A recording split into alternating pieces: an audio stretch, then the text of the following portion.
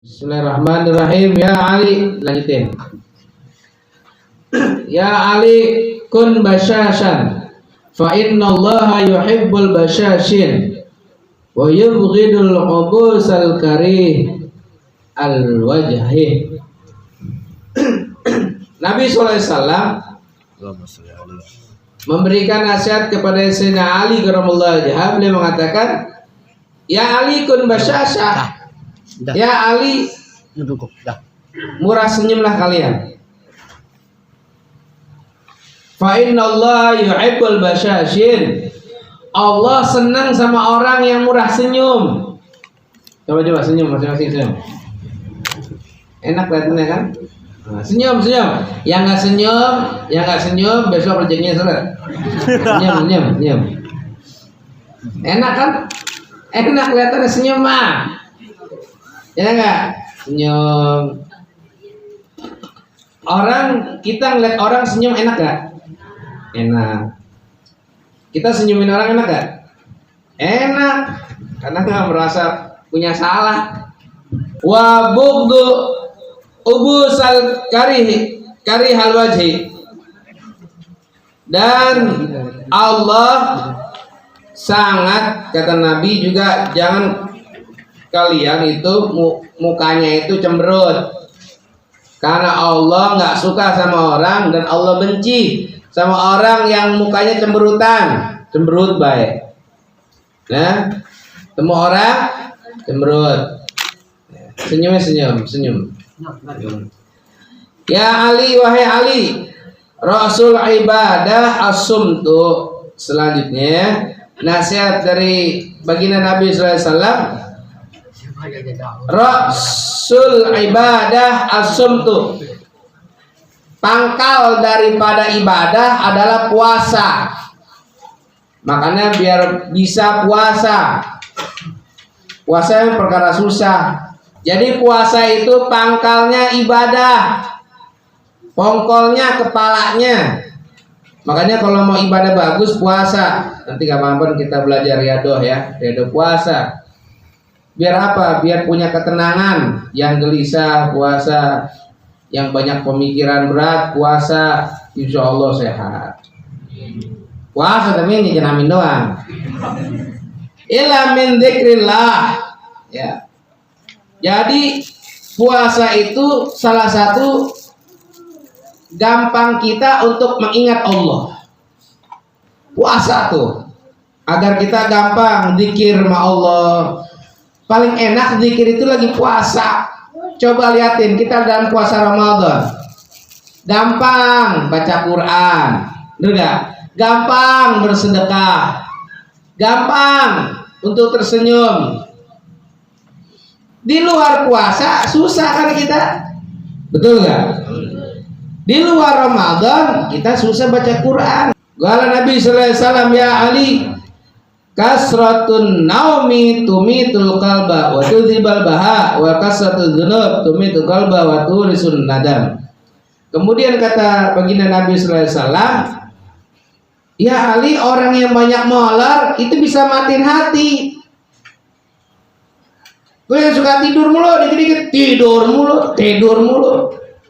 Ini sebagian pekerjaan sih emang itu. Tapi jangan tidur mulu. Kata Nabi, orang yang banyak tidur bisa keras hatinya. Kalau udah keras nggak bakal mau dapat nasihat. Tuh orang yang banyak tidur, dibilangin susah, batu, banyakan molor. Apa tidur asar? Itu bikin setengah gila. Asar tuh. Asar, antum sengaja tidur asar, dawamin seminggu, insya Allah gila. Asar tuh jangan dibuat tidur. Jadi orang yang banyak tidur itu bisa bikin mati hati kita. Makanya tidurnya dikit, secukupnya, maksimal 8 jam. Jangan lebih dari 8 jam. Lebih dari 8 jam bahlul kita nantinya. Ya, kurangin tidurnya. Ya 5 jam lah, 5 jam cukup. Selesainya kita ikhtiar, bergerak sono kemari, cari usaha, berzikir dan sebagainya. Jangan tidur mulu. Ntar disuruh ngambil ember, malah ngambil gayung.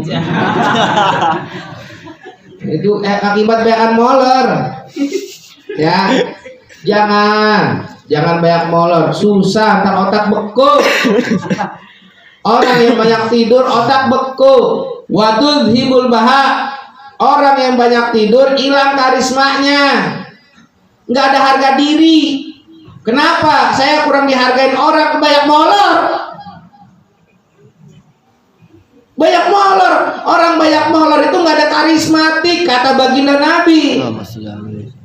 Makanya kalau antum mau dimuliain, bergerak, bangun, jangan banyakkan tidur. Ulama-ulama dulu tuh kalau tidur tuh cuma 2 jam, 1 jam, rugi mereka kalau buat tidur. Ulama dulu, orang-orang dulu sama, makanya mereka derajatnya tinggi. Lihat Al-Habib Ali bin Muhammad Al-Habsyi radhiyallahu anhu. Beliau itu tidurnya sedikit, nggak banyak. Ya, para ulama-ulama tuh sampai mereka mulia tidurnya sedikit. Imam Ghazali berkarya jarang tidur, berkarya saban malam. Mereka orang-orang salaf, mereka mulia di hadapan Allah, mulia di hadapan makhluknya Allah karena sebab tidurnya sedikit. Tudhibul baha, bisa menghilangkan karisma. Makanya antum kalau mau mulia bangun malam, ya tidurnya sedikit, jangan makan tidur, ya. Makanya banyak orang-orang yang tukang molor jadi bahan omongan, betul nggak? Kenapa jadi bahan omongan? Molor melulu hidupnya. Makanya kurangin molornya, ya kurangin. Wa kasratul dzunub tumitul qalba. Yang selanjutnya kata baginda Nabi, orang yang banyak dosanya, dikit-dikit dosa, nggak ada waktu melainkan dosa kepada Allah. Orang kalau udah kebanyakan dosa sama orang tua, dosa sesama muslim, dosa kepada guru, dosa hidupnya. Nggak boleh ketemu orang dikit, udah pasti bikin dosa tuh orang. Apa kata baginda Nabi? Orang tersebut tumitul qalba, bakal mati hatinya. Kenapa hati kita susah banget untuk bergerak beribadah sama Allah? Karena hatinya udah mati. Hati kalau udah mati susah. Mau diapain susah. Kalau hati udah mati diajak ibadah susah. Gak bakal mau. Makanya hati-hati, jangan sampai kita nih hati mati. Kenapa sebabnya? Banyak dosa mulu kerjain. Dosa apa? Dosa banyak. Kita udah pada tahu ini dosa, ini pahala, ini dosa, ini pahala. Muhasabah aja masing-masing. Kalau kita ya bener pantesan gue udah kebanyakan dosa, hati gue gelisah terus, susah banget dapat nasihat. Nah, udah penuhan tuh hatinya. Hati, kalau hati masih pingsan masih bisa bangun. Kalau hati tidur masih bisa bangun, tapi hati kalau udah mati susah, nggak bisa bangunin lagi. Waturisun nadam, nanti akhirnya banyak penyesalan. Kapan misalnya? Nanti udah yaumil mahsyar, yaumil kiamah, udah mati baru nyesel kita. Ya Allah, kalau begini pahala gua nggak berani ninggalin. Kalau gua tahu itu ibadah sholat benar, ya Allah, gua nggak berani main-main ninggalin sholat. Kalau gua tahu begini ngaji tuh gede pahalanya, nggak bakalan gua tinggalin ngaji. Mubazir gitu banyak. Semua nanti pada nyesal. Yang punya harta rugi, dulu harta gua apa bagi ke orang. Yang akhirnya begini, harta kagak ada manfaatnya, cuma nyusahin gua dong di akhirat. Sisa harta gua mati, harta gua yang ninggalin bini gua mati, bini gua kawin lagi. Udah kawin lagi, lakinya kagak bener, anak gua kagak diperhatiin. Atau sebaliknya, kata sang istri ninggalin harta rugi, gua mati ninggalin harta, laki gua blow on badah, kawin lagi. Udah gitu dapat jodohnya kagak bener, anak gua kagak diperhatiin dan sebagainya. Ya. Kagak ada nilai pahala pisan tuh hartanya. rugi. Makanya yang masih punya harta keluarin, buat di jalan Allah Subhanahu wa Ta'ala. Pentingin cari kalau bersedekah biar pas sasarannya. Jangan bersedekah sama orang yang kagak pernah ibadah, rugi. Sedekah sama orang-orang yang demen ibadah, cakep, suka sholat, suka zikir, kasih, cakep. Duitnya dibeli nasi sama dia, dibeli lauk pauk, dibeli minuman, buat kuat ibadah. Dia kasih makannya buat ibadah, buat pahala kita. Ya, begitu. Ngasih ke tukang gembel-gembel nggak jelas. Ngapain ngasih yang emang nggak ibadah? Kasih yang bagus, sasarannya tepat, kasih orang yang suka ibadah. Pahalanya ngalir kita. Dibeliin nasi kekuatannya sampai maghrib dia beribadah sama Allah, kebagian pahalanya. Kasih sama orang buat pada mabok. Kasih duit buat lu pada beli ciu, lu beli cimeng, kasih gopek 100.000. Selagi dia teler sampai subuh, kebagian kita dosanya sampai subuh. Jangan kasih ibadah, kasih harta kepada orang yang bukan buat ibadah. Rugi kita, biar pas. Ya, biar pas kalau ngasih sesuatu. Kemudian juga di sini dikatakan, qala Nabi Muhammad SAW, ya Ali wahai Ali, man an'amallahu alaihi fasyakara wabtalahu fasabara wa asaa fastaghfara dakalatil jannah min ayba bin sya'a. Kata baginda Nabi ngomong begini kepada Sina Ali, seperti biasa ini maknanya umum buat seluruh umatnya baginda Nabi Muhammad. Apa kata baginda Nabi? Man an'amallah fasyakara. Siapa orang yang mendapat nikmat dari Allah, maka wajib bersyukur.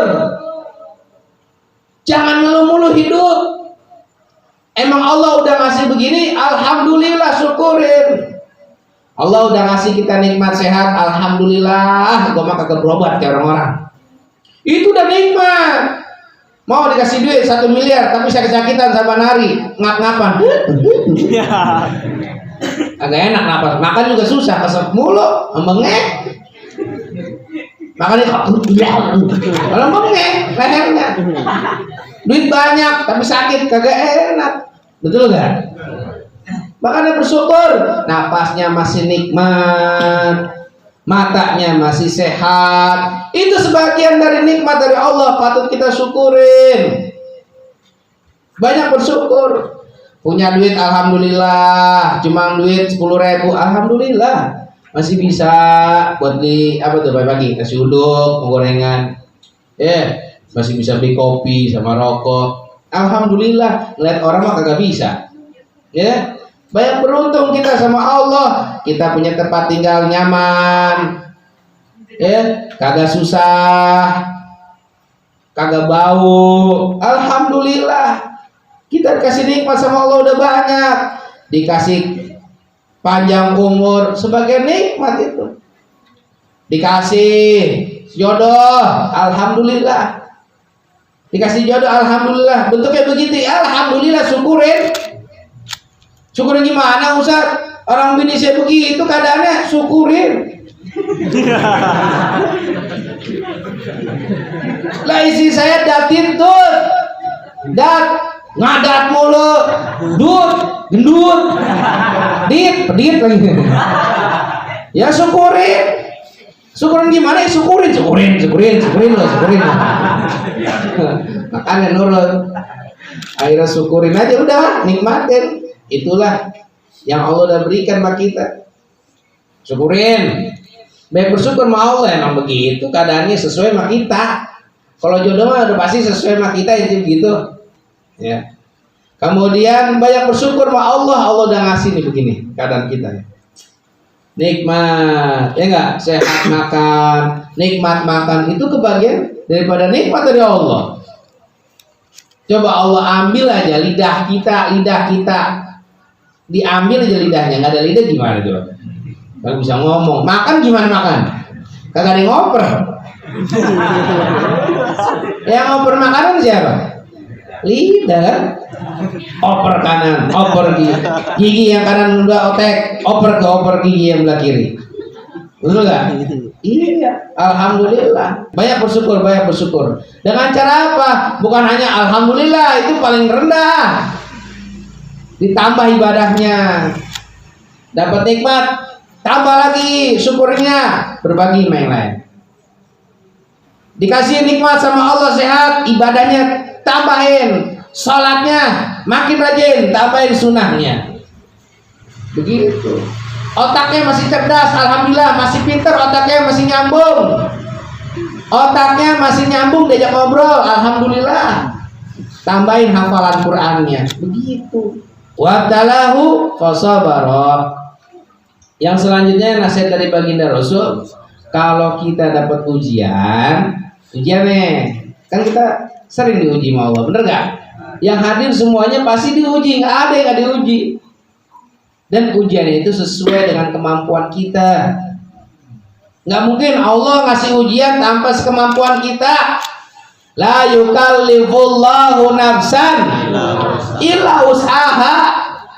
Allah tidak akan menguji kepada hambanya melainkan orang itu sanggup untuk mengatasinya. Sebesar apa problematik yang Allah kasih sama kita, pasti ada jalan keluarnya. Gitu. Pasti ada. Gimana caranya? Pertama, kembali kepada Allah dulu. Nggak bisa kita ngerjain secara kepribadian, nggak bakal. Kembali dulu sama Allah. Sebesar apapun ujian kita, kembaliin lagi sama Allah dulu. Kembaliin sama yang udah ngasih. Apa ujian kita? Beda-beda. Ada yang diuji kalau pasangan hidup oleh pasangannya, suami diuji oleh istrinya, istri diuji suaminya dan sebagainya. Ada orang yang diuji punya keturunan, anaknya nguji banget ke orang tuanya. Ada yang begitu. Ada seorang anak punya orang tua double, sama aja anaknya diuji dari orang tuanya. Macam-macam ujian. Ada orang dikaruniakan harta, hartanya jadi ujian buat dirinya. Makin banyak harta, makin ibadah apa jauh sama Allah. Begitu. Ya, punya pasien, makin tambah pasien, makin ngaji gak? Oh enggak, wah udah. Ujian itu pasien. Semakin banyak orderan, proyek, kagak ngaji lagi, ya. Itu proyek ujian. Dunia itu ujian. Istiqomah gak? Allah itu senang sama orang-orang istiqomah walaupun sedang diuji. Ada orang datang niat malam Senin mau ada jual burung, kita belum punya burung murai. Burung murai kita mau ditawar sama dia 50 juta, kita beli 3 juta. Ketinggian nggak nyambung. Ketinggian. Kalau gitu pasti ngambil duit pasti. Kita baru beli 3 juta murahnya. Ada yang nawar 3.500.000. Ya. Nah itu ujian tuh. Gope nih keuntungan nih. Gope keuntungan. Ini ujian. Kira-kira kita ngaji apa ngambil keuntungan dunia nih? Kalau yang bagus adalah kita entar lu. Maaf bang, besok aja.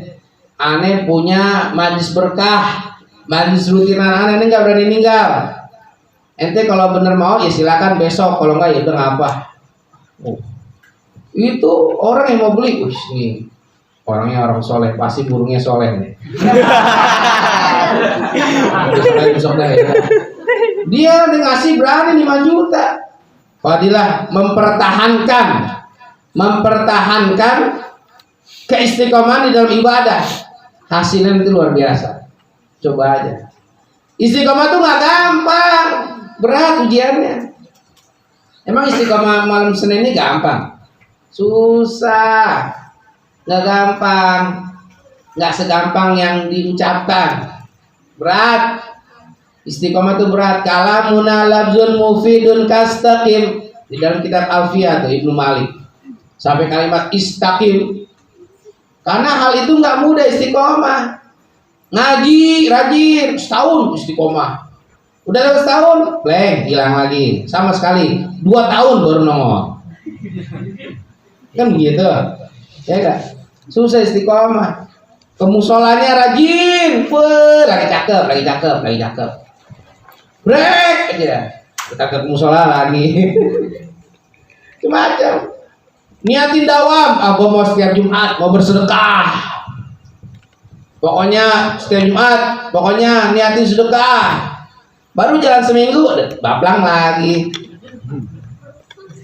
Udah berubah lagi. Susah istiqomah. Padahal kalau istiqomah, amalan yang menurut Allah itu baik, pasti membuahkan keberkahan. Kalau istiqomah, ya coba aja istiqomah tuh nggak bisa cukup sebulan 2 bulan, itu mah enteng. Ya namanya istiqomah tuh sampai kapan? Sampai kita mati. Di dalam perjalanan pasti kita akan menemukan keberkahan. Gampang hidup, nggak susah. Orang-orang pada susah, kita mah nggak susah. Insya Allah ya, pasti insya Allah istiqomah malam Senin nggak ada yang susah insya Allah. Amin. Asal istiqomah. Kemudian di sini katakan wabtalahu fasabar. Kalau diuji sabar. Kamu juga diuji sama Allah ya. Baik sabar. Sekolah aja diuji bener gak? Sabar, soalnya susah-susah. Ada yang susah, ada yang gampang. Jangan milih yang gampang-gampang doang, susah dilewatin. Ya nilai lu jeblok. Sama ujian, kalau yang ini kita sama Allah diuji bentuknya berbentuk macam-macam. Ini kita nggak bisa lewatin, tinggal aja. Ya kesononya kita nggak bakal bisa. Nggak dapat keberkahan kesononya. Satu ujian nggak bisa lulus. Ujian lagi, tinggalin lagi. Malah tinggal ya. Nggak bakal bisa, nggak bakal lulus, nggak bakal berhasil. Nggak bakal piagam dari Allah nanti. Wa asa'a fastaghfara. Selanjutnya kata baginda Nabi, kalau kita melakukan dosa, kesalahan, fastaghfara, minta ampun sama Allah. Ya Allah, dulu saya lalai dalam ibadah sholatnya. Ya Allah, dulu saya lalai dalam ibadah thalabul ilminya. Minta maaf sama Allah. Gitu. Ya Allah, dulu saya suka maksiat. Ya Allah, maafin ya Allah kemaksiatan saya. Maksiat kepadamu ya Allah, ya, kesalahan kepada makhlukmu ya Allah. Kalau sama makhluk minta sama makhluk. Kalau dosa itu ninggalin sholat, minta maaf sama Allah. Puasa fastaghfara. Kalau puasa lah minta maaf. Dakhalatil jannah min aibabin sya'a. Kalau orang itu banyak bersyukur, banyak bersabar, banyak beristighfar. Itu 3 tuh. Banyak syukur, banyak sabar, banyak minta ampun atau minta istighfar sama Allah, maka orang tersebut akan dimasukkan ke dalam surganya Allah min babin sya'a. Dari pintu yang mana aja dia boleh masuk. Pintu surga itu ada 8, bebas pintu yang mana aja lu masuk, kata Nabi. Banyak. Tuh, kalau orang yang suka banyak bersyukur, bersabar, sama banyak minta ampun sama Allah Subhanahu wa taala, masuk surga. Tapi kan ketiga ini berat semuanya. Nggak gampang. Kita punya salah sama orang, gampang minta maaf, susah ngomong itu susah minta maaf. Betul nggak? Nggak gampang. Apalagi maafin orang, susah maafin mah. Padahal udah gondok banget. Tapi susah banget maafin.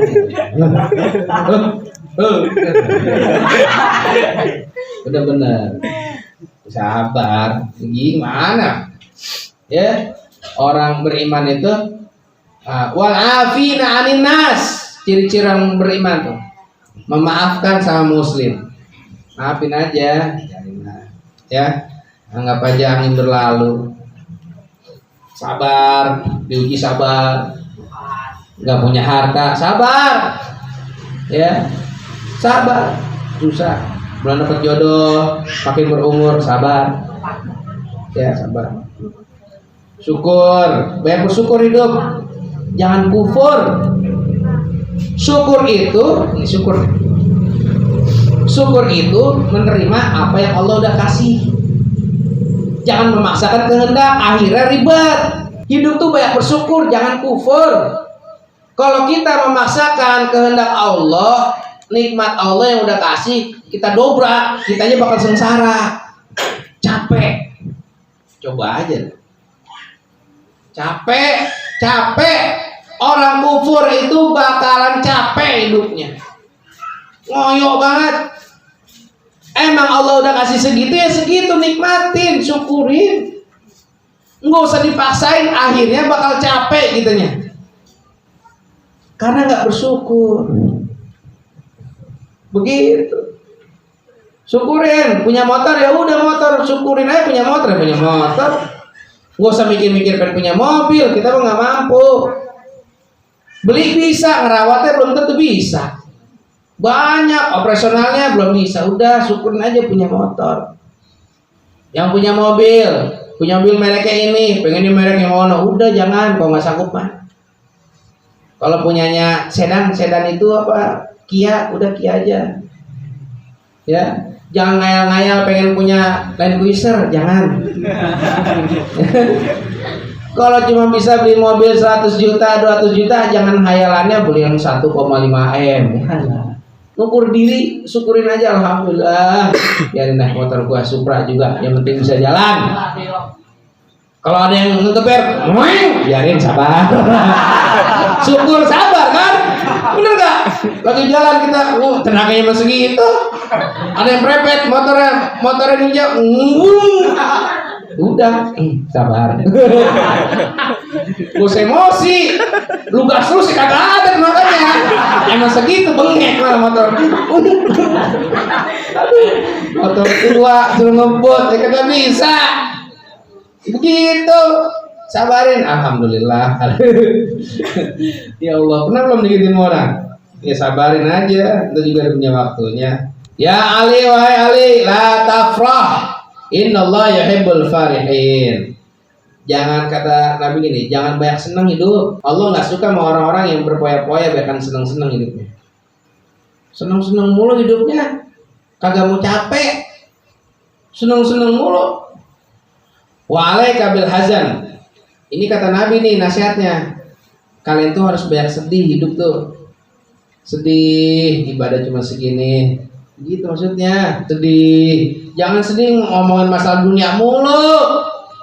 Capek dunia mah, kita mah sedihnya masalah dunia, nggak pernah kita sedih masalah akhirat.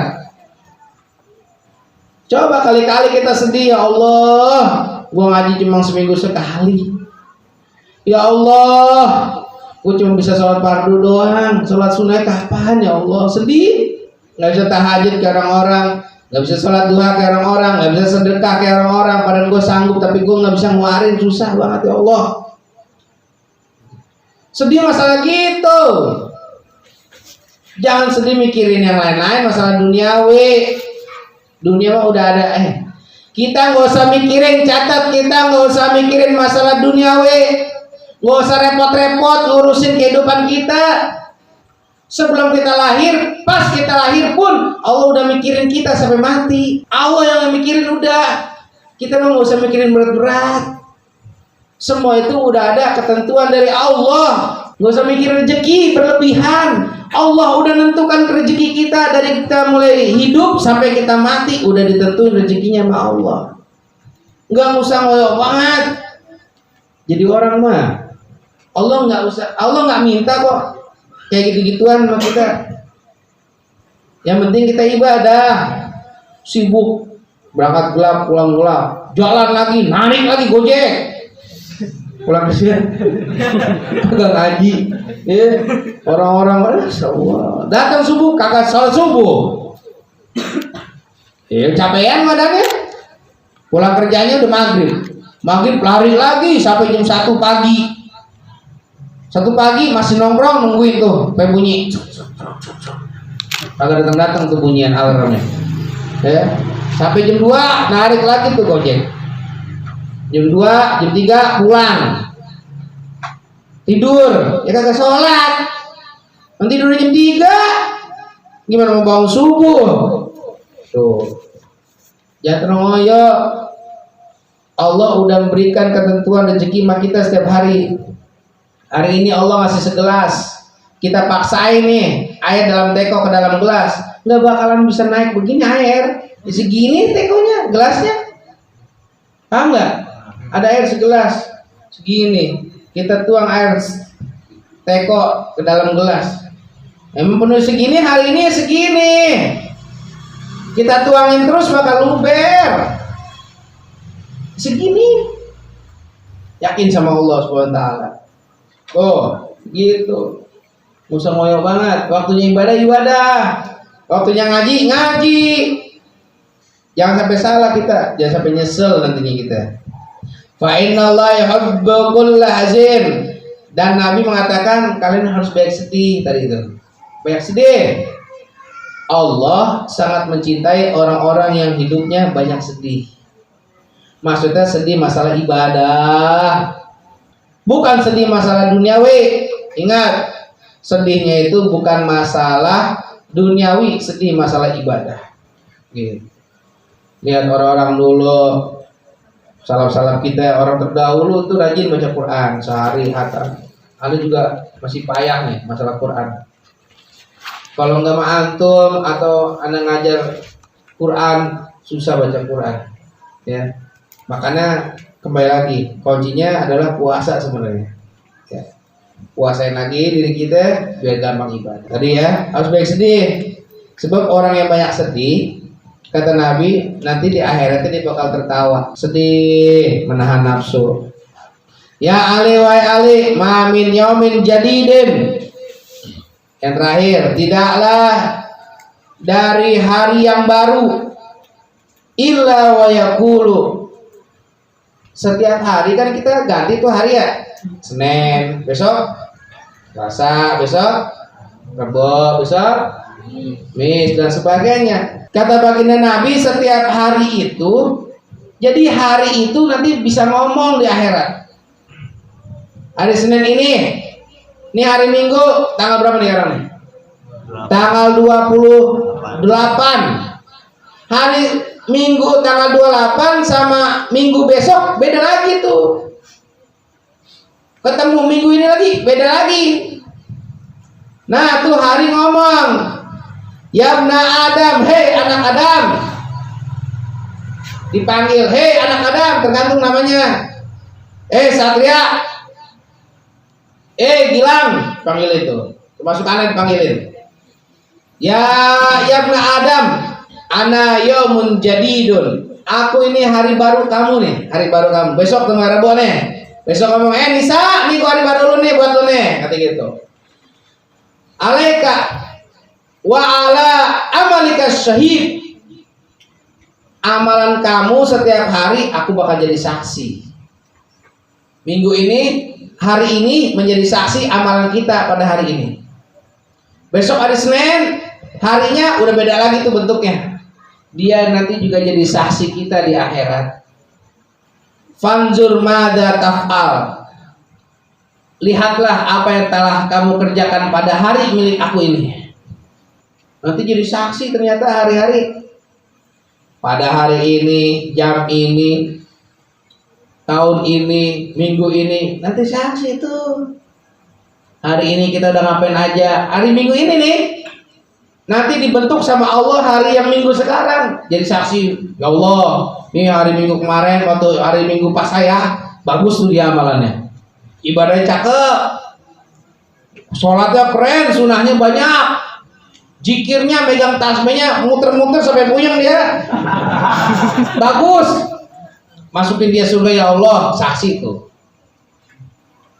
Ada yang ngomong juga, ya Allah, saya waktu ketempatan dia, ini orang agak bener nih, bleh nih orang nih, jangan ampunin ya Allah, saya disiksa hari itu. Pada hari itu dia bukan ibadah, waktu sholat kagak sholat, waktu ngaji kagak ngaji, pokoknya kagak bener. Pokoknya ini orang kagak bener, saya pengen ganti rugi sama dia, siksa dia ya Allah. Hari nanti minta ganti rugi sama kita udah ngotorin, udah jelekin dia. Pada hari tersebut kita udah jelekin dia. Makanya para hadirin, ini nih setiap hari yang kita temuin nanti jadi saksi di akhirat. Kita udah ngapain aja, ada catatannya nanti. Ada catatannya. Apa tuh dalam Qurannya? Iqra kitabaka kafa binafsika yauma 'alaika hasiba. Nanti bakal ketemu tuh Iqra, suruh baca. Wah, hari ini, tahun ini, jam ini saya durhaka sama orang tua. Hari ini saya udah maksiat bawa anak orang. Saya hari ini udah sholat duha, bagus. Saya hari ini bersedekah. Wah, macam-macam. Makanya isi sisa-sisa umur kita di hari-hari kita yang kita miliki dengan amal soleh. Kurangin maksiatnya, kurangin. Mau tambah berkah hidup, kurangin maksiatnya. Mau sukses akhiratnya, banyakin amal soleh di dunia. Nanti di akhirat udah nggak bisa amal lagi kita. Para hadirin, mudah-mudahan apa yang Anda sampaikan malam hari ini bisa bermanfaat. Mudah-mudahan ilmu yang Anda sampaikan bisa manfaat dunia akhirat.